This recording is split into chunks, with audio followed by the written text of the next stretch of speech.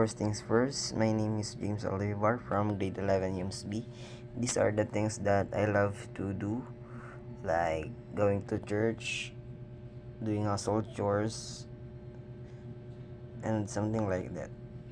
So, eto ako papuntang church this time, naglalakad lang ako. Kasi malapit lang naman, mga ilang minutes yung walk time lang. I think 13 minutes lang naman. So, nilakad ko na lang. Enjoy for watching. So, eto na nga, after walking ng several minutes, nakarating na ako sa church. Ito yung quick video ng church. Hindi ako napag-video nung may misa eh. So, this clip is a video that me working out. So, I love working out because I want to maintain my physical fitness, that I won't be tired so easily if I'm doing something hard or exhausting.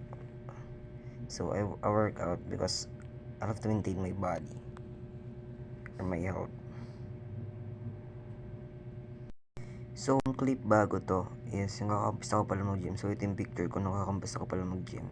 So, move on. Sa first week ko, siyempre mahirap. So, ito yung mga pictures na after kong 1 week or 2 weeks. So, malaki yung improvement ng katawan ko. So, kahit mahirap. So, yung natutunan ko dito, kahit na mahirap, tuloy nyo pa rin. So, consistency is the key. Consistency is the key lang for everything para sa akin. Yun lang. So, itong clip na to, so nakikita nyo naman, nagsasampay ako ng uniform ko. Nagre-ready ako ng gagawin ko, ay, pang yung suot ko para bukas sa pagpasok. Pinipigan ko ng maayos para matuyo kasi gabi na talaga ako nakakapaglabas sa daming gawain, sa daming ipapasa or kunyari assignments, mga ganong bagay. Maraming ginagawa. So, kasi anong oras na rin nakaka-uwi. Okay, note muna kayo dyan. Panoorin niyo paano ako magsampay, guys.